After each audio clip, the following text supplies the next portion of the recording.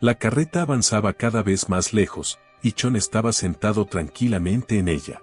De repente, Hou voló hasta él, haciendo una aparición espectacular desde el cielo. Con una ligera patada, Hou golpeó a Lee en la parte trasera de la cabeza, despertándolo de su letargo. El pequeño de cabello negro, al parecer, amaba dormir incluso en movimiento. Le preguntó de inmediato qué había pasado, algo confundido, pero al ver lo que tenía delante, abrió los ojos aún más. Frente a ellos se alzaba una majestuosa montaña que parecía un verdadero gigante. Era el monte Mudan, y por fin habían llegado a su destino. En la mente de Hou solo cruzó un pensamiento. Y aquí estoy de nuevo, aquí está, abuelo. En ese momento, Lee no pudo contener su alegría y comenzó a saltar sobre el techo de la carreta con emoción. Al llegar a su destino, comenzaron a descargar la carga. El cliente les agradeció por su arduo trabajo, ya que, tras la inspección, todo estaba en orden. Uno de los trabajadores se acercó a Hou para informarle que todos los objetos habían llegado sanos y salvos. Fue entonces cuando vio a Hou y al jefe del cliente enfrentándose en una silenciosa batalla de miradas. El rostro del jefe era tan serio que parecía esculpido, y el de Hou no perdía su seriedad, irradiando determinación y confianza. El hombre le preguntó al joven maestro con sorpresa: ¿qué acabas de decir? Hou repitió: estas son las tierras sagradas del monte Mudan. Pero el hombre se mostró indignado, exigiendo de inmediato que entregaran todas sus armas, ya que subir a la montaña con espada estaba prohibido.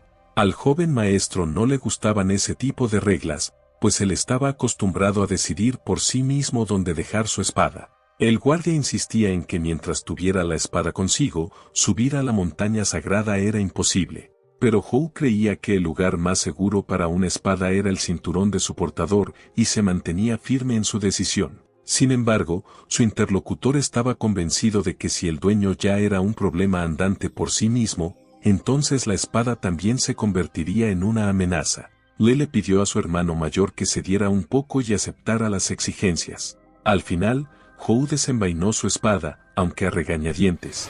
Advirtió que, si siquiera un rasguño aparecía en la espada, prendería fuego a su preciosa montaña con sus propias manos. Al entregar el arma, lanzó una mirada de disgusto al guardia que la recibió. El hombre explicó con calma que las armas estaban prohibidas en la montaña por la seguridad de la facción chamánica.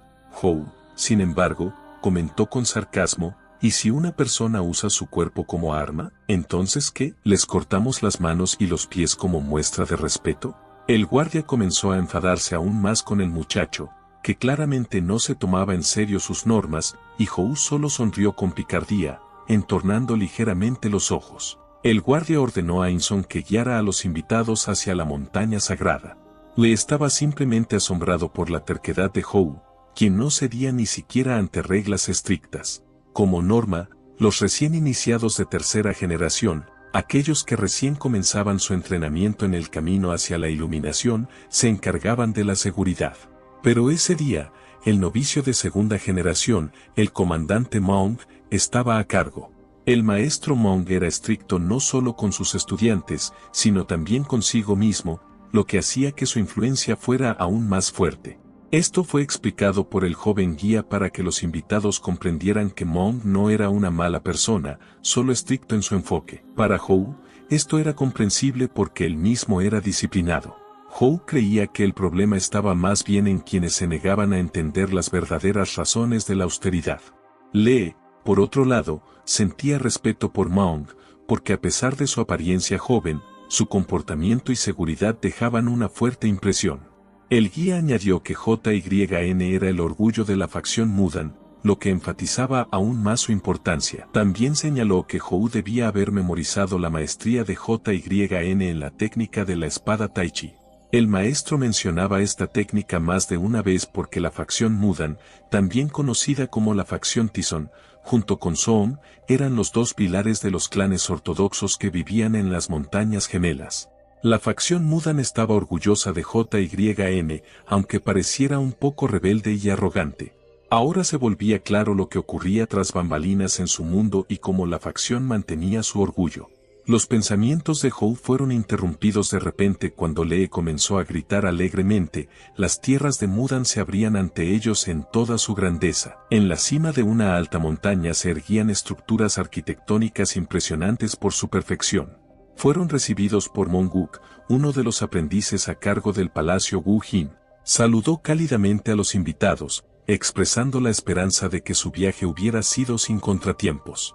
De pie detrás de Hou, Chan le explicó en voz baja que Myeonseuk era un guerrero de renombre, un anciano de la Unión Murin y una figura respetada en las artes marciales ortodoxas. Hou se presentó ante Mount diciendo su nombre. Al escucharlo, JYN se dio cuenta de inmediato de que el heredero de Cheonga-han estaba frente a él.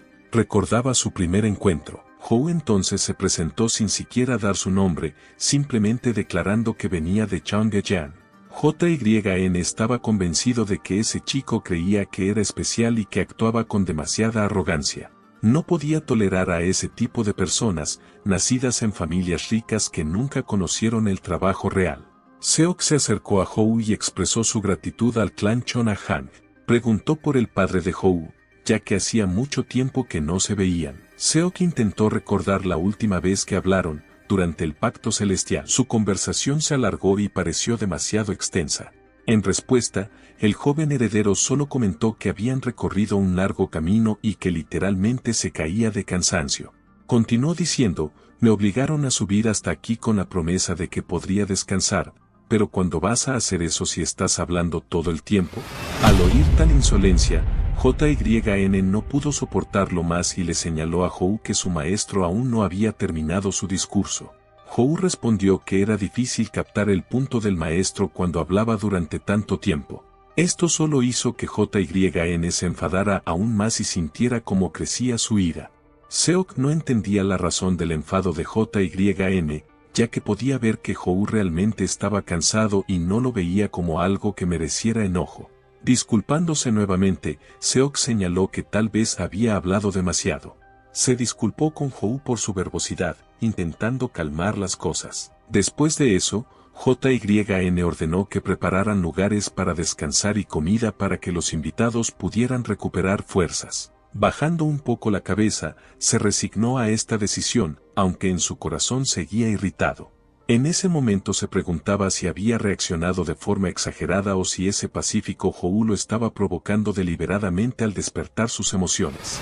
El siguiente gesto de Hou solo confirmó sus sospechas, echando más leña al fuego. Ante esto, JYN apretó los dientes, intentando contener su enojo, pero su rostro mostraba claramente su indignación.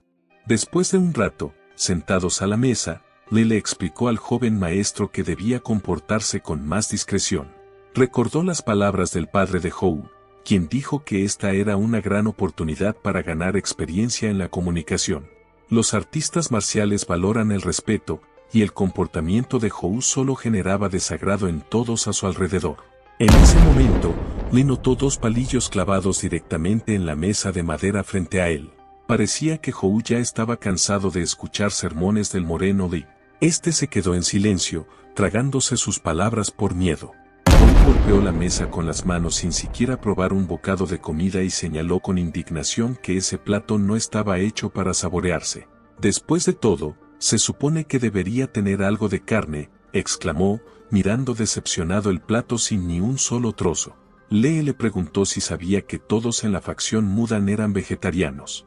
Hou añadió con ironía que ni las cabras eran tan tercamente vegetarianas como ellos, y los consideraba unos verdaderos malditos bastardos. Poco a poco, la calle se fue oscureciendo, la noche cayó pronto y el silencio reinó sobre las tierras sagradas. El joven heredero yacía en la cama, encontrando por fin un momento para descansar. Su respiración era tranquila y constante mientras dormía profundamente. Pero de repente su rostro comenzó a contraerse, como si estuviera atrapado en un delirio nocturno. Hou ni siquiera podía dormir bien, molesto por el hecho de que esos malditos vegetarianos solo le dieran comida vegetariana, que no le gustaba en absoluto. Le resultaba gracioso que, incluso en su cuerpo humano, siguiera siendo tan sensible a la comida vegetariana como lo era cuando era un yukai. De pronto, escuchó ruidos extraños que llamaron su atención. Se puso alerta, giró la cabeza hacia la puerta tratando de entender de dónde venía el sonido. Algo parecía estar ocurriendo en la habitación de al lado, probablemente alguien estaba haciendo ruido. Entró en la habitación solo para encontrarla vacía, sin rastro de Lee. Howe no dijo ni una palabra, simplemente se quedó mirando sorprendido, preguntándose a dónde podría haberse ido. Mientras tanto, Lee ya estaba afuera. Caminaba hablando con alguien en la penumbra. Era un anciano que había venido a discutir asuntos importantes con él. El viejo primero le preguntó al moreno cómo estaba su maestro. También le advirtió a Lee que, si se apegaba demasiado a él, podría pasar por momentos difíciles, un pensamiento que preocupó al joven. El anciano recordó lo frustrado que estaba por no poder hablar adecuadamente con el maestro Lee. Continuaron caminando, bromeando sobre el tema como si compartieran un recuerdo común. En ese momento, Howe salió al exterior, queriendo saber qué estaba pasando y dónde se había metido Lee. Sintió su presencia cerca y lo llamó mentalmente bastardo, como de costumbre, con un poco de burla. Bajó desde donde estaba parado y se plantó firmemente en el suelo, mirando alrededor, tratando de averiguar dónde estaba ese enano ahora mismo. Maldición. Examinando el área desde todos los ángulos, algo increíble atrajo su atención. Detrás de él, o más bien delante, se alzaba una enorme estatua que impresionaba con su majestuosa apariencia. La espada que sostenía la estatua era especialmente destacable, subrayando su poder. El rostro de la estatua y su gigantesca presencia hicieron que Howe exclamara: «Vaya, qué cara tan inesperadamente amable tiene Joe Tongvan». Ese pensamiento cruzó por su mente, y de inmediato se sumergió en recuerdos de su vida pasada. Aquella vida cuando era un yokai en el cuerpo de un zorro. Recordó cómo estaba de pie sobre un pedazo de roca volando por el aire, enfrentándose a ese hombre que lo llamó zorro malvado y pecador, preguntándole cómo podía ignorar sus llamados y haber huido durante décadas. Howe respondió con indiferencia: «Verás, estaba ocupado acumulando mérito». Así lo dijo, dejando claro que no tenía tiempo para jugar con alguien tan insignificante como Joe Tongvan. Tongvan comenzó a enfurecerse mientras lentamente desenvainaba su espada y, tras un tajante «cállate», se lanzó como un rayo listo para atacar. En un instante, Tongvan estaba justo frente a Howe, blandiendo su espada. Estaba furioso de que un yokai se atreviera a faltarle el respeto a la montaña sagrada. Reuniendo toda su fuerza, lanzó un golpe tan poderoso que el espacio a su alrededor empezó a agitarse con ondas de energía. Pero Howe detuvo tranquilamente el golpe, bloqueando la espada con la mano. Reiteró que estaba ocupado acumulando mérito y le pidió a Joe que expresara sus reclamos con palabras y no con la espada, o de lo contrario, podría haberme tentado, y simplemente matarte a golpes, añadió con un tono amenazante. Joe escuchó sus palabras y finalmente retrocedió. Clavó su espada en el suelo y se agachó para hablar, anunciando que había algo importante que Howe debía hacer. En resumen, esa conversación trataba sobre corregir errores del pasado. Howe incluso se preocupó un poco, pensando que tendría que recordar todas sus fechorías y espiarlas. Joe chasqueó los dedos, expresando la seriedad de su intención, y un libro voló directamente a las manos de Howe. «Este libro es para leer», pensó. Joe explicó que el libro se consideraba perdido desde que su hermana lo enterró, sin saber que pertenecía a su difunto hermano. Era un libro secreto que contenía la esencia de la sabiduría suprema, escrito por el mismísimo Chan Sambon. Al oír ese nombre, la expresión de Howe cambió y claramente se interesó por el contenido del libro. Sin embargo, todavía no entendía quién era ese Chan Sambon, así que pidió una explicación. «Me refiero a Chan Sambon, el que casi te rompe el cuello y te manda al otro mundo», aclaró Joe. Después de esa explicación, Howe por fin comprendió quién era. Miró hacia el libro en sus manos, examinándolo una vez más. Joe le pidió a Howe que no se ofendiera, porque el libro debía regresar a donde pertenecía. Ahora, de pie frente a la estatua en el mundo humano, Howe entendía por qué estaba allí, como un recordatorio de su pasado y de la misión que debía cumplir. Detrás de Howe, se escuchó la voz de Lee llamándolo hermano mayor. Lee corrió hacia él, seguido por un hombre que atrajo su atención. El hombre se dirigió de inmediato a Howe, preguntando si era el joven maestro de Chongahan del que todos hablaban, el mismo que había puesto en su lugar al joven arrogante durante el funeral de los ancianos del clan Namong. Le explicó que el nombre del hombre era Qin Yan Jin, un erudito especializado en la escritura de manuscritos y uno de los amigos más cercanos de su maestro. Por eso le quería hablar con él un rato. Al escuchar la explicación, Hou saludó a Qin y comentó que no buscaba fama cuando hizo lo que se decía. Qin observó que, aunque el mundo era grande, el mundo de las personas era sorprendentemente pequeño. Quería hacerle una pregunta a Hou. Desde lejos lo había visto examinando la estatua y se preguntaba por qué. Hou explicó que no tenía una razón específica, pero que la estatua representaba muy bien los rasgos de Jotunheim. Qin se sorprendió de que Hou supiera quién era Jotunheim. Dijo que Jotunheim fue el guerrero más grande del cielo y quien erradicó el mal tanto en el cielo como en la tierra. No había oído eso, pero sé que era increíblemente temperamental y de muy mal genio, añadió Hou. Al oír esto, le trató de calmar a Hou y le pidió que no dijera tales cosas. Luego se volvió hacia Qin, disculpándose y explicando que el joven maestro no quería ofender.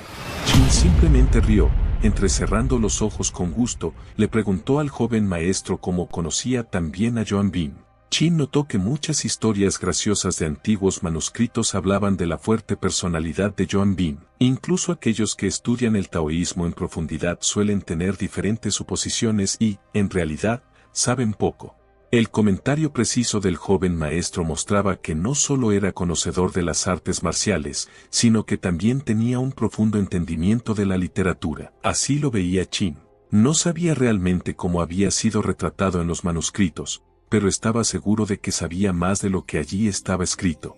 Qin comentó que las vistas diurnas del monte Mudan eran impresionantes, pero sugirió continuar la conversación donde también pudieran disfrutar de la vista nocturna. Bajando las escaleras, Qin se encontró con un grupo de jóvenes. Inmediatamente les preguntó por qué andaban merodeando por el vecindario tan tarde. Los jóvenes explicaron que regresaban del templo, después de hacer ofrendas, pero Qin les ordenó correr de vuelta a sus camas, diciendo que incluso los espíritus divinos duermen por la noche. Con una sonrisa, los llamó pequeños bastardos y ellos corrieron de inmediato. Le prestó atención a la frase que Qin había mencionado, espíritu divino. Qin se volvió hacia ambos jóvenes y comenzó a contarles una historia. Les preguntó si le creerían si les decía que había un altar dedicado a un yokai digno. Al oír esas palabras, le sintió un escalofrío recorrer su cuerpo, dejándolo en estado de asombro. Qin, dándose cuenta de que esto podía ser difícil de comprender, continuó su relato. Para el joven maestro no parecía nada difícil, y no entendía por qué los demás lo veían así. Entonces le explicó que era taoísta de la facción Dorin. Sintió algo familiar en esas palabras, como si ya las hubiera escuchado antes. En ese momento, el anciano comenzó a explicar que, hace mucho tiempo, cuando la línea entre el mundo humano y el espiritual estaba borrosa, la facción Dorin fue fundada por chamanes que habían desterrado a los yokai. Incluso ahora, la facción Dorin vigila atentamente la frontera entre el mundo espiritual y el humano. Aunque dicha frontera ha desaparecido prácticamente, esto se explica por el hecho de que nadie sabe cuándo podrían invadir los espíritus nuevamente. Por eso, su cautela no puede ser condenada. Sin embargo, la construcción de un altar para estos espíritus, desde el punto de vista de los Dorin, es algo completamente impensable. Le creía abiertamente que los yokai eran un mal que debía ser combatido y desterrado. Nadie protegía a la humanidad de los yokai más que los chamanes. Le estaba impactado de que un chamán respetado pudiera estar involucrado en algo tan controvertido. Qin explicó que ese yokai en particular era muy diferente de los demás. Recordó que, a veces, había algunos que renunciaban al canibalismo y buscaban la amistad con los humanos, pero lograr que los mismos chamanes que luchaban contra los yokai construyeran un altar en su honor era algo verdaderamente extraordinario. Se preguntaba quién podría haber logrado tal cosa. Se acercaron más, y lo que Hou vio lo dejó perplejo. Permaneció en silencio durante varios minutos, mirando la imagen. No puede ser, soy yo, pensó, porque la imagen era de él en su vida pasada. Qin explicó que Sambon dejó atrás un tesoro invaluable para generaciones de chamanes, un tesoro que contenía la esencia de todo el universo. Qin continuó la historia. El día en que Chan Sambon desapareció, el tesoro invaluable también desapareció con él, y sus antepasados no sabían qué hacer. Por ello, tuvieron que atravesar tiempos difíciles y confusos. Fue un yokai quien encontró y devolvió el tesoro durante aquellos días oscuros. Chin reveló que él era un zorro yokai que había ascendido al mundo humano para recuperar el tesoro. Después de eso, se marchó del monte Mudan sin siquiera darles a sus antepasados la oportunidad de agradecerle. Desde entonces, fue considerado un benefactor, el que encontró el tesoro y permitió a los chamanes sobrevivir en aquellos tiempos de oscuridad. Los antepasados decidieron honrarlo como la deidad del espíritu que cuida todos los tesoros del mundo y construyeron este altar como muestra de gratitud. Hou escuchó todo esto y no podía creer que esa historia realmente hablara de él. Lo más interesante era que la prohibición de comer carne y el compromiso con el vegetarianismo se habían convertido en un tributo a este espíritu divino. Finalmente, le comenzó a comprender. Él siempre había creído que todos los yokai eran plagas para la humanidad y que merecían ser desterrados. Sin embargo, después de conocer la historia de este espíritu generoso que permitió que el legado de los chamanes siguiera existiendo, decidió aceptarlo. Lee le agradeció a Chin por la magnífica historia. Luego se volvió hacia Hou, preguntándole su opinión sobre lo que acababan de escuchar. Hou sonrió y señaló que todos estos acontecimientos sucedieron por pura casualidad. Se sumergió de nuevo en sus recuerdos, al menos si su memoria no le fallaba. Recordó cómo, siendo un zorro, había descendido a la tierra y había visto por primera vez el altar del chamán. El muchacho, sin sospechar nada, estaba barriendo el patio de la montaña, absorto en sus pensamientos. De repente, un extraño se le acercó. Su mirada era inquietante, como si el miedo mismo hubiera tomado forma humana. El extraño irradiaba peligro, como si fuera la encarnación del terror, y su mirada le heló la sangre. El chico retrocedió asustado, dándose cuenta de que tenía delante a un demonio, un verdadero yokai. Pero, ¿de dónde había salido en esa montaña? Esa pregunta lo inquietó aún más. El extraño le sugirió, de manera sutil, que tomara la técnica misteriosa de asterisco Chongenfung asterisco de un libro antiguo. Sus ojos brillaban con astucia, invitando al muchacho a acercarse y tocar el libro. El chico sintió como el miedo se apoderaba de su corazón. Ese demonio no era amistoso en absoluto. Al ver aquella figura demoníaca, el muchacho gritó de horror. El eco se esparció por la montaña. El extraño, intentando parecer amable, le pidió al chico que tomara el libro, tentándolo con su poder. Sin embargo, todo el clan quiso matarlo como si fuera su peor enemigo. Pero un joven insolente dijo algo que provocó un enfrentamiento con sus espadas. Él formó un escudo protector, un círculo de metal que lo defendía de los golpes. Sus defensas eran tan fuertes que ninguna espada podía siquiera arañarlo. Solo esperaba que sus oponentes se cansaran de golpear su armadura de hierro. Juno decidió esperar hasta que todos se agotaran por completo y entonces intentar entablar un diálogo. Pero ellos no pensaban rendirse. Aunque él solo quería hacer el bien, lo trataron como a un enemigo. Al darse cuenta de que no habría diálogo, dispersó a todos con fuerza, transformándose en una bestia poderosa.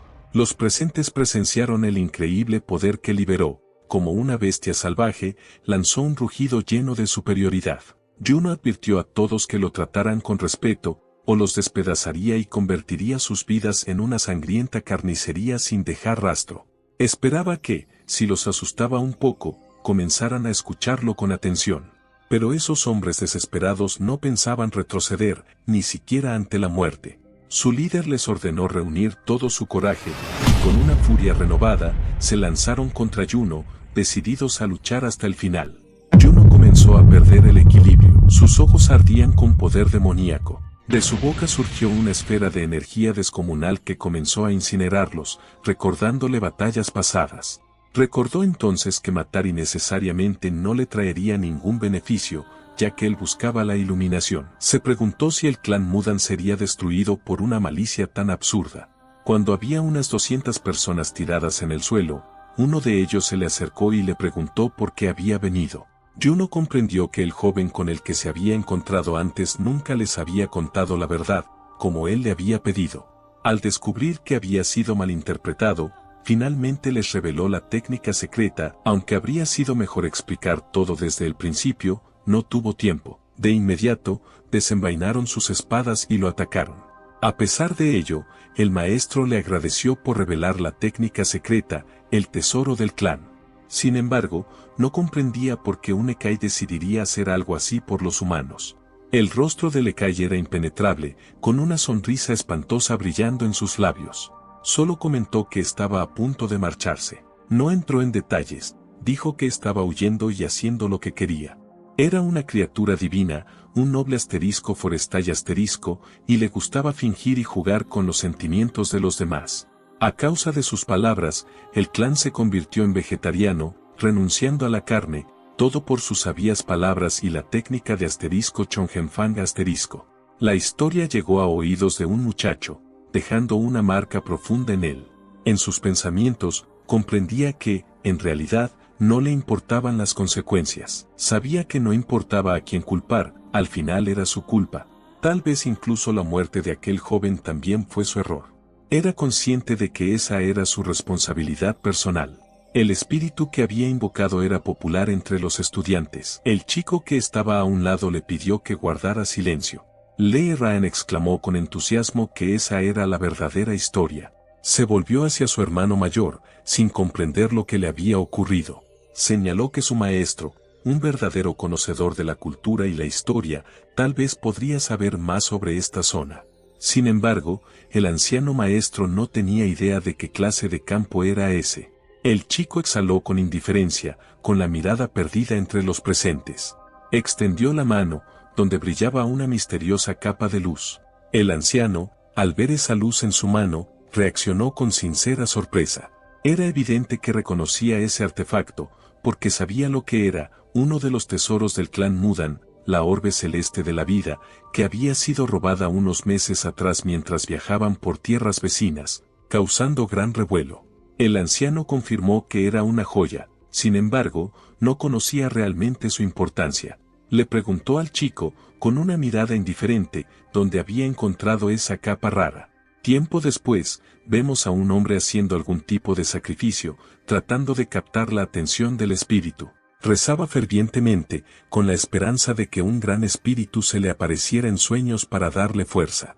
Aspiraba a alcanzar las cimas del arte marcial. Cuando la esencia misma de las habilidades marciales se le apareció en sueños, supo que había llegado el momento de que las artes marciales entraran en declive. Quizás, a través de esta capa y su ofrenda, recibiría algo extraordinario. Si quería volverse más fuerte, estaba dispuesto a arriesgarlo todo, menos su fe en sí mismo y su sed de nuevos descubrimientos en el mundo del arte marcial. Un hombre se acerca a la puerta del templo, listo para dar un paso importante. Lleva una caja para hacer una ofrenda a su maestro. Sin embargo, pronto ve una luz que emana desde lo profundo del templo, y eso capta su atención. Se oye algún tipo de ceremonia dentro del edificio, voces misteriosas y sonidos extraños. El maestro está hablando con alguien, y dice que, destruyendo al clan Asu por completo y tomando la orbe celeste de la vida, podrán obtener todo el dinero que quieran. El maestro estaba asombrado por la grandeza de lo que tenía frente a él. Leroyan se vuelve hacia su hermano mayor, preguntándole qué planean hacer con ese artefacto, pero su hermano todavía duda. Lee sabe que la orbe celeste de la vida pertenecía originalmente al clan Mudan, y siente que sería mejor no devolverla. Juno piensa que esa idea es ridícula. Le insiste en que devolver la orbe sería lo correcto, y al final eso evitaría que se la considerara robada o que fuera vendida. Juno comprendía que todo eso era una locura completa, y que lo mejor sería quedarse callado. El maestro estaba seguro de que, si el chico no estaba preparado para tomar tal decisión, entonces no estaba obligado a devolver el artefacto. Hacía mucho tiempo que habían perdido la esperanza de recuperarlo. Sin embargo, por supuesto, si decidía hacerlo, su noble acción se convertiría en otra leyenda que se transmitiría de generación en generación dentro de su clan. Juno ya había experimentado que ser inmortalizado en la historia no era tan emocionante y no quería ser malinterpretado. Aún así, no sentía ninguna obligación de devolver el orbe de la vida. Eligió absorber su poder. Si su hermano mayor no hubiera intervenido, Juno no habría detenido al maestro que llegó al templo. Escuchó conversaciones sin sentido a su alrededor. No podía creer que el jefe del clan Aso, conocido incluso en Mima como un artista marcial, pudiera caer en manos de un prodigio así. Parecía que dominaban un conjunto de trucos, riéndose a espaldas de ese maestro. Eventualmente, el nivel les fue arrebatado de nuevo. El anciano se movía demasiado rápido como para ser detenido. Estaba convencido de que, al encontrar el artefacto en el clan Aso, debería haberlo absorbido de inmediato, pero ese joven logró robárselo justo delante de sus narices. El anciano se preguntó si había lanzado el hechizo antes de la muerte de Hang Sunung Ban, porque todo le parecía muy extraño. Detuvo sus pensamientos, giró la cabeza y vio la entrada cerrada de la cueva.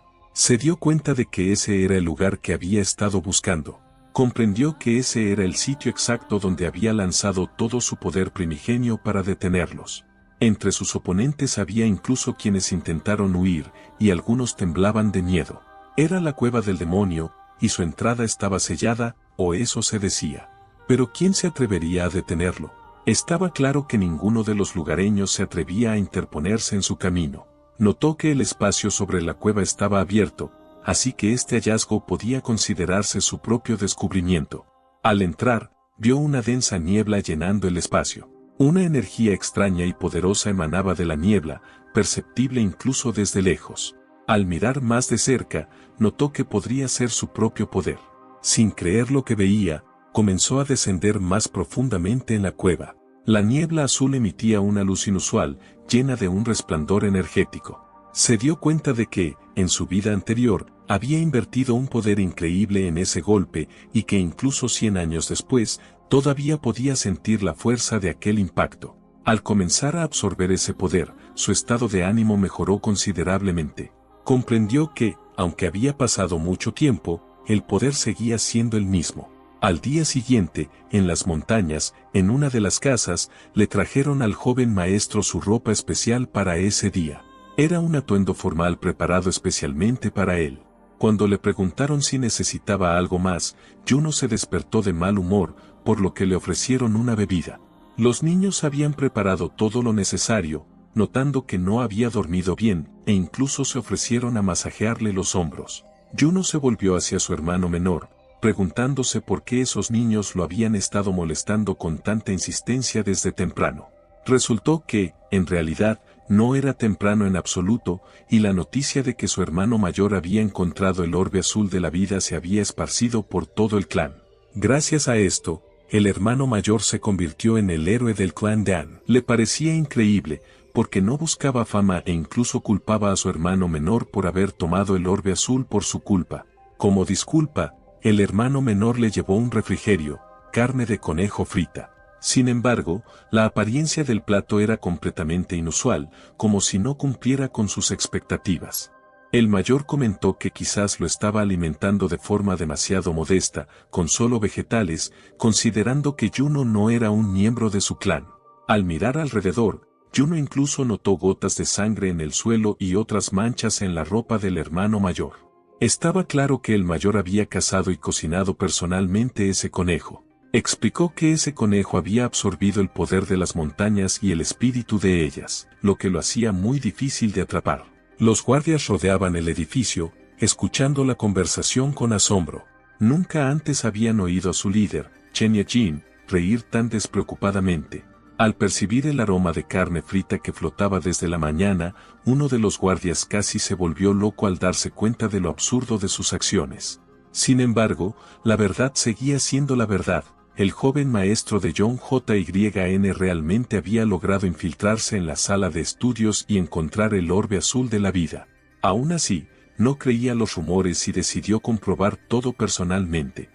El maestro le dijo al chico que podía visitarlos cuando quisiera y añadió que no había necesidad de perder el tiempo hablando con ancianos, que era mejor salir a disfrutar de la vida. Juno miraba todo eso con una leve duda en sus ojos. Se ordenó a los guardias escoltar a Chin Jain y en ese momento se quedaron a solas. Uno de los guardias lo miraba con intensidad, su mirada era sorprendentemente expresiva. Tras analizarlo, Juno comprendió que la situación no era tan mala. Sonrió y notó que ese chico parecía estar buscando pelea, tal vez por el olor a carne que le recordaba algo. El hombre apenas podía contener sus emociones, quería golpear a ese joven insolente. Juno escuchó que alguien le lanzaba una grosería y le preguntó al canalla qué acababa de decir. Este lo miró con una expresión ofendida, llena de hostilidad. Juno decidió acercarse, acortando la distancia entre ambos. Mirándolo directamente a los ojos, le dijo que toda esa actuación ridícula parecía increíblemente poco creíble, y por eso lo había llamado ladrón, acusándolo de haber robado el orbe azul. Estaba claro que ese hombre creía tener razón, sospechando que Juno tenía un motivo oculto detrás del regreso de Charu. Juno solo podía pensar en lo miserable que debía ser la vida de alguien con ideas tan retorcidas. Pero el hombre gritó que, si Juno era inocente, que lo demostrara. Todo parecía haber cambiado desde que el joven maestro Chong-Jin había logrado derrotar al jefe del clan Aso. Juno no entendía por qué ese hombre seguía dudando de que él fuera ese mismo joven maestro. Estaba tan confiado que pensaba que un simple hijo de comerciante no podría haber vencido a todo el clan Aso. Entonces alguien gritó desde un lado, llamando a Monjin un verdadero canalla, que se atreviera a decir eso y que explicara cómo se atrevía a tratar así a su benefactor, quien los había ayudado a recuperar el orbe azul de la vida. Monjin se giró y vio a su maestro, frente a quien se sintió terriblemente avergonzado. El hombre se presentó como un sanador llamado Tecno. Estaba sinceramente agradecido con el chico por haber encontrado el orbe azul de la vida y, sin duda, lo consideraba un héroe de su clan. Pero Monjin, su alumno, había resultado ser un canalla, y el maestro se avergonzaba de haberlo educado, viendo ahora cómo trataba así a sus benefactores. Monjin intentó justificarse, pero el maestro le ordenó severamente que se callara, porque había escuchado todo con sus propios oídos y no toleraría excusas. El maestro ordenó a Monjin que se inclinara de inmediato y se disculpara con el joven maestro. Pero Juno aseguró que todo estaba bien, que no hacía falta disculparse por sus palabras. Supuso que el estudiante solo tenía curiosidad y quería saber si él realmente había derrotado al jefe del clan Aso. Pero el maestro vio esa curiosidad como algo sospechoso. Como era de esperarse, el maestro consideró a Juno una persona comprensiva, que voluntariamente devolvió el orbe, aunque cualquier otro podría habérselo quedado para sí mismo. Aconsejó al alumno que aprendiera de Juno, porque Monjin estaba actuando como un verdadero tonto. Juno observó todo esto e incluso disfrutó ver cómo Monjin era reprendido. Decidió satisfacer la curiosidad del estudiante y mostrarle algunas de sus técnicas de combate. El anciano, al oír hablar del arte marcial, quedó atónito ante esas palabras. Esas palabras hicieron que Monjin se diera cuenta de que tendría que enfrentarse a ese chico y se puso un poco nervioso. Cuando le preguntaron qué diría, entendió que el muchacho realmente se estaba preparando para una pelea. Si aceptaba, tendría que entrar voluntariamente en la guarida del tigre. No tenía razón para rechazar, así que se dirigieron al campo de entrenamiento. Allí, los soldados practicaban a diario, perfeccionaban sus técnicas y se preparaban para futuras batallas, siempre bajo la mirada atenta de su maestro.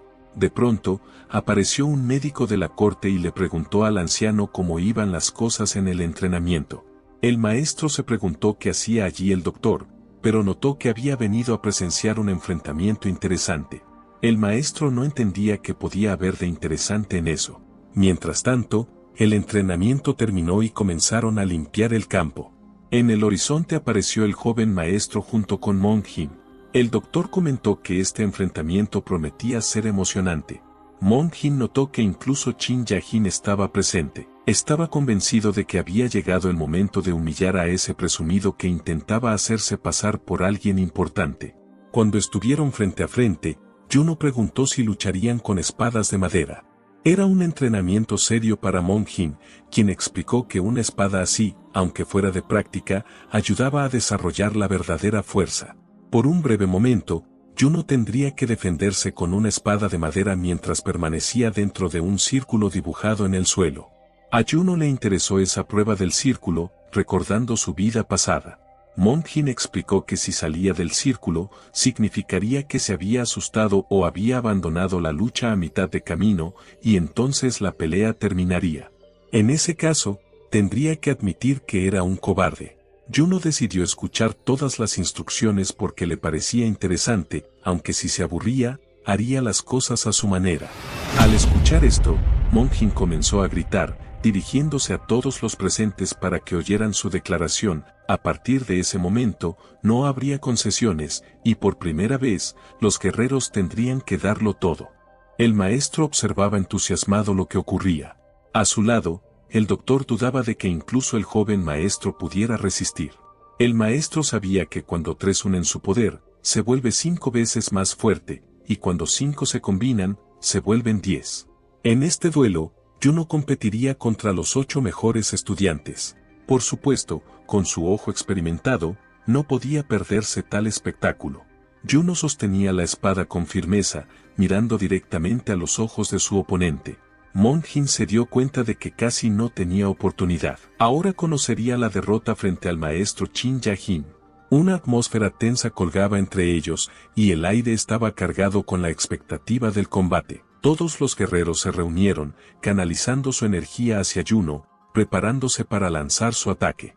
Sin embargo, si él lograba derrotarlos a todos de un solo golpe, los rumores sobre él se propagarían por toda la ciudad. Necesitaba actuar con cuidado y estrategia. Uno de los soldados le lanzó un golpe con su espada de madera. Juno pensó que no debía revelar todas sus cartas de inmediato. Decidió dejar que la espada lo golpeara en la cabeza. Mon-jin observaba sin entender por qué Juno no se defendía. Juno simplemente se quedó inmóvil, recibiendo el golpe en la cabeza. El doctor contuvo la respiración, impactado por lo que veía. El maestro no podía creer lo que tenía ante sus ojos. Esperaba el combate, pero no esperaba que el chico fuera tan débil. En ese momento, Juno comenzó a respirar con dificultad, como si acabara de sufrir una herida grave. Tras el golpe, sus ojos se oscurecieron y perdió la orientación por un instante. Todos alrededor esperaban al menos un poco de resistencia de su parte. Después de todo, afirmaba haber derrotado al clan Aso él solo, pero ahí simplemente caía. Parecía que debería ser fuerte, pero había sido tomado por sorpresa con ese ataque traicionero. Eso solo podía significar una cosa: Juno era un impostor, no un gran guerrero. Es un farsante. Uno de los hombres se alegró de que el héroe no fuera quien decía ser. El maestro, al ver esto, incluso comenzó a dudar de él, porque era difícil de observar. El doctor estaba indignado. ¿Cómo podían comenzar con un ataque sorpresa, si todos habían sido entrenados desde la infancia? Esta era la primera vez para ese chico. Pero el maestro respondió que quizás era difícil para Juno. De pronto, el chico se puso de pie como si nada hubiera pasado. El hombre, sorprendido por la situación, no supo qué decir. Era evidente que Juno recibió el golpe a propósito. Su sonrisa astuta fue notoria para todos los presentes. El maestro comprendió que probablemente ahora la prueba se volvería más difícil para los estudiantes. Juno se tocó la cabeza y rió. Se dio cuenta de que todo esto podía terminar antes de siquiera haber comenzado. Comentó que el ataque repentino de uno de los estudiantes lo había tomado por sorpresa. Mon-jin no podía entender cómo ese sinvergüenza seguía ileso tras tal golpe. Incluso el más resistente habría tambaleado. El maestro pensó para sí que era el único que había notado esto. La espada fue repelida literalmente en una fracción de segundo. El nivel de habilidad de Juno le permitió realizar un truco infantil con estos chicos. La imitación del dolor y la caída de rodillas no fue más que un truco común de niños. Los límites del círculo en el que se encontraba seguían intactos. Mon-jin estaba furioso por tal burla. Preguntó por qué los discípulos estaban parados y no atacaban. Al darse cuenta de que ya habían tardado demasiado, los discípulos levantaron sus espadas y comenzaron el ataque. Con un ligero movimiento de su espada, Juno esquivó rápidamente el ataque. El agresor ni siquiera notó su maniobra. El contraataque ya se dirigía hacia él, ejecutado con un nivel de habilidad muy alto. Otro oponente comenzó a atacarlo desde arriba, pero el chico estaba preparado. Juno simplemente se hizo a un lado como si nada, dejando a todos impactados, porque el golpe accidentalmente alcanzó a otro estudiante. Comprendió que si no se movía, no podían golpearlo. Los estudiantes intentaron una patada vertical, pero fallaron. Entonces decidieron intentar un corte horizontal y coordinarse para hacerlo al mismo tiempo. Juno los miró como si fueran tontos y comentó que al menos usaban la cabeza para algo más que masticar. De repente, fue atacado por 3 al mismo tiempo, que lo apuntaron con 3 golpes. Él saltó con agilidad, elevándose en el aire, pero se dio cuenta de que sus oponentes no eran simples novatos, ya eran 8 y comenzaban a rodearlo incluso en el aire. Mon-jin observaba asombrado, seguro de que finalmente lo habían atrapado. Juno vio que no podría escapar de los ataques desde todos los flancos. Sujetando su espada, se preparó para responder. Repelió todos los ataques con un poderoso contraataque. Manjin abrió la boca de la sorpresa, casi tragándose una mosca. Los maestros en el podio quedaron maravillados por sus maniobras. Cuando los guerreros vieron que Juno descendía, intentaron apuntarle con sus lanzas, pero todos sus intentos fracasaron. Juno contraatacó y les demostró su superioridad. Los estudiantes volaron en distintas direcciones con su golpe, como si fueran muñecos. Sin piedad, les mostró dónde pasan el invierno los cangrejos y les cerró la boca. Era simplemente increíble lo que estaba ocurriendo allí. Los soldados no entendían nada. En un instante, su espada brilló con una energía asombrosa. El doctor quería asegurarse de que Juno no se rindiera, pero todos vieron claramente cómo la espada de madera destellaba como un rayo. Aún así, la línea del círculo seguía intacta. Una energía increíblemente poderosa emanaba de Juno. Mirándolos como si fueran idiotas, Juno declaró que a partir de ese momento comenzaría a golpearse él mismo. Manjin tragó saliva con dificultad ante la tensión creciente. Los estudiantes sintieron que ya estaban acorralados, aunque Juno ni siquiera había salido del círculo. El hermano mayor siempre afirmaba que todas las historias sobre sus hazañas heroicas eran mentiras, pero ahora el hermano menor empezaba a tener dudas. Manjin intenta demostrar que todo es ficción, pero ve cada vez más confirmaciones de que es verdad. Si la marea de la batalla no cambia, las técnicas con espada pronto podrían volverse inútiles. Si no logran controlar la situación, las consecuencias serán graves. Sin embargo, Manjin está convencido de que esto es solo el comienzo de la batalla. Juno espera con una sonrisa a que el orgullo del clan Mudan haga su movimiento. Manjin, comprendiendo la persistencia de Juno, quiere frenar su confianza en sí mismo. Impulsándose desde el suelo, lanza un ataque intentando romper su orgullo usando su técnica. Ardiendo con una energía blanca, demuestra cada gramo de su habilidad. Juno, al verlo lanzarse hacia él, espera con entusiasmo el momento de humillar a Manjin de una manera que recordará por el resto de su vida. Mientras volaba hacia su oponente, Manjin sentía ira y desprecio, viéndolo como un arrogante rico nacido en el lujo e ignorante de las dificultades.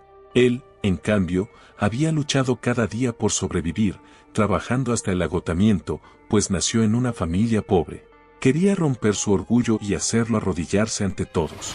Pero en su lugar, se encontró con la increíble resistencia de Juno, que lo dejó atónito. No podía aceptar que ese sinvergüenza hubiera puesto en peligro su reputación. Le era difícil aceptar que ese oponente era más fuerte que él. ¿Cómo alguien como él podía tener tal poder? Sus espadas se cruzan y Juno desvía su ataque con facilidad. En sus ojos se ve la sed de victoria, llena de una confianza inquebrantable. Manjin se da cuenta de que no puede hacerle frente, es demasiado fuerte. Y en un momento, todo se vuelve oscuro ante sus ojos. Después, despierta en el hospital, aterrorizado como si acabara de salir de una pesadilla. Frente a él ve a uno de los doctores que monitoreaba su estado. El doctor le pregunta qué le pasa y cómo se siente, pero Manjin no entiende qué ocurrió. El doctor le explica que recibió una paliza severa del joven maestro, y por eso está allí. Era evidente que el golpe en la cabeza fue serio, por lo que Manjin no recuerda nada.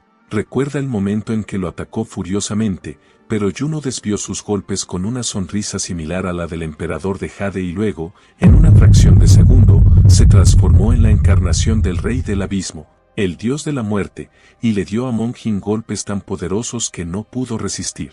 Eso es todo lo que recuerda. Sabe que fue golpeado, pero no puede recordar cómo sucedió exactamente. El doctor, considerando su estado, le dijo que Manjin estuvo al borde de la vida y la muerte, y ni siquiera estaba claro si iría al cielo o al infierno. Cuando Manjin preguntó qué dijo Chin Ya al ver todo eso, el doctor respondió que el maestro no dijo ni una palabra, ni siquiera mostró su rostro. El doctor le dijo que solo descansara, asegurándole que no había necesidad de apresurarse. Sintiendo la humillación frente a Chen Ya-jin, Manjin no podía estar en paz. Solo era entrenamiento, romper huesos y perder la conciencia era algo común. Pero para Manjin fue una humillación a su orgullo, como si hubieran escupido en su alma en su lugar favorito. El monje se concentró en cultivar su energía. Cerrando los ojos, Imaginó aquel momento en que el joven maestro mostró su poder, nublando su mente. Se alegraba de que una persona así hubiera aparecido en el horizonte. Después de todo, de vez en cuando, surgían figuras destacadas en su historia, y era posible que este joven hubiera nacido en la familia de Chaunkandaje, tal vez como el fundador del clan Mudan, Chon Senfang, quien derrotó a Yakai Suryun en su juventud, o incluso como un demonio celestial capaz de destruir a un enemigo de un solo golpe, aunque a diferencia de ellos, se distinguía únicamente por haber derrotado a Wan. Fue entonces cuando el anciano entendió que este joven tenía la capacidad de vencer a sus oponentes con el mínimo esfuerzo, y vio en él la posibilidad de convertirlo en discípulo. Finalmente, había encontrado a un digno heredero. Siempre tuvo muchas opciones en mente, pero la ambición por sí sola no garantiza el éxito. En todo caso, espera que los acontecimientos de hoy sirvan como una buena lección para John Jyn, quien siempre sobrevaloró sus logros en las artes marciales. Pronto apareció una caja en la oficina del doctor. Esta caja fue entregada al joven maestro. Le indicaron que era un obsequio en agradecimiento por devolver la capa celeste de vida de la botica. Dentro de la caja había una píldora de esencia vital. El doctor explicó que esta píldora era más débil que el orbe celeste de vida, pero muy rara. Aunque no era un elixir, el joven maestro entendió que se trataba de la misma píldora de la muerte, y supuso que debió ser muy difícil para el doctor fabricarla. El doctor explicó que la píldora necesitaba un día para hacer efecto y que requirió un esfuerzo especial para prepararla. Era el remedio más valioso de todo Udan. Si se dejan madurar durante 3 años las agujas especiales de la montaña Mudan, se puede elaborar una de estas píldoras, pues absorben la energía de la montaña. En cuanto a la capa celeste de vida, toma más de 10 años para que las ramas maduren. Suena más fácil de lo que realmente es, y solo por suerte divina puede producirse una sola capa de este tipo. Por eso esta píldora es un tesoro invaluable del clan, no solo por sus cualidades curativas y de combate. Yuno sabe que para experimentar por completo su poder necesita paciencia y confiar en sus sentidos. El doctor estuvo de acuerdo y le aconsejó tomar la píldora guiándose por su intuición. El joven maestro se dio cuenta de que no tenía otra opción. Si estas píldoras absorben energía de forma natural, ¿qué pasaría si se cambian las condiciones en las que maduran? ¿Qué pasaría si en vez de energía natural comienzan a absorber otra fuerza? Una idea demoníaca cruzó su mente y la codicia apareció en sus ojos. Le ofrece al doctor aceptar su obsequio y le explica que sería mejor si él entregara las píldoras a quienes las necesiten más y que le den otra que aumente la energía. El doctor respondió que ese tipo de píldoras no mejoran las habilidades de combate, pero tienen otras propiedades fortalecedoras. Sin embargo, aún así, serían de más ayuda que cualquier servicio. Incluso si él era un gran doctor, si realmente lo deseaba, podía obtener todas las que necesitara, porque el doctor podía fabricarlas a escala ilimitada. Yuno sonrió levemente al darse cuenta de que podía obtener un suministro ilimitado de esas píldoras. Y en un instante, todas las píldoras desaparecieron. El doctor quedó atónito porque no pensó que Yuno se las llevaría todas. El joven simplemente las recogió en una gran caja, la cargó sobre su hombro y se las llevó consigo. Sosteniendo la caja de píldoras, se reía como un verdadero demonio. Se dirigió directamente a la cueva Akaya, que estaba cerrada para la gente común. El chico decidió usar toda la colección de elixires para alcanzar sus objetivos, y no habría llegado a esa solución si no hubiera sido por el consejo del doctor. El doctor le había dicho que simplemente esperara, y que luego las píldoras comenzarían a absorber la energía restante de ese lugar. Alguna vez, esa energía convertiría las píldoras en un remedio milagroso que incluso superaría al orbe celeste de vida. La codicia llenaba su alma y el vacío dentro de él exigía lo que ansiaba. No podía esperar a que las píldoras hicieran efecto, sintiendo ya el poder que podían darle. Al salir de la cueva, el joven maestro no esperaba encontrarse con ese chico.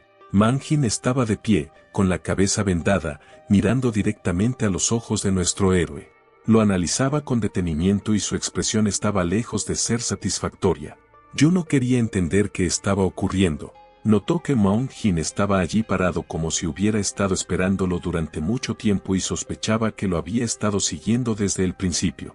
Pero ¿cómo era posible que no hubiera sentido su presencia? Tal vez el joven maestro estaba demasiado despreocupado y absorto en sus pensamientos sobre crear un nuevo poder mágico.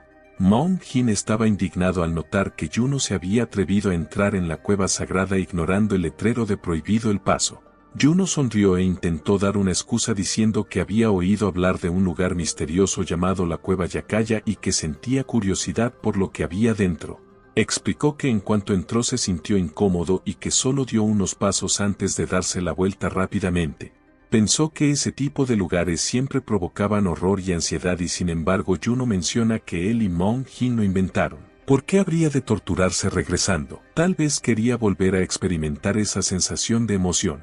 Sin detenerse o calmarse, Maung Jin le preguntó quién era realmente. Juno no sabía si bromeaba o si de verdad lo había golpeado. Las palabras del maestro aparecieron en sus recuerdos y golpeas lo suficientemente fuerte puedes causar una pérdida parcial de la memoria a corto plazo.